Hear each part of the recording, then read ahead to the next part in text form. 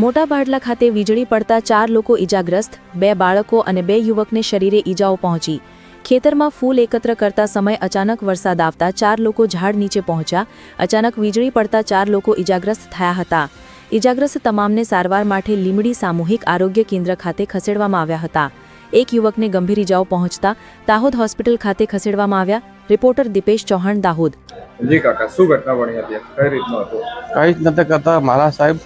અમે ફૂલો વીણતા હતા, ફૂલો વીણતા ને પેલો ભાઈ કે અહીંયા અમને કાકા મને જરીક પોટલું બાંધી આલે એમ।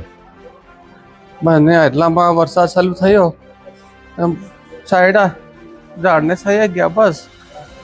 શું થયું અમને ખબર નહીં, અમને શું કરીએ સાહેબ? કેટલા લોકો હતા તમે? અમે 4 2 છોકરા ને અમે 2 જણા હતા। તમારું નામ? કનુ બદિયા, બારિયા, ગામ પાટલા।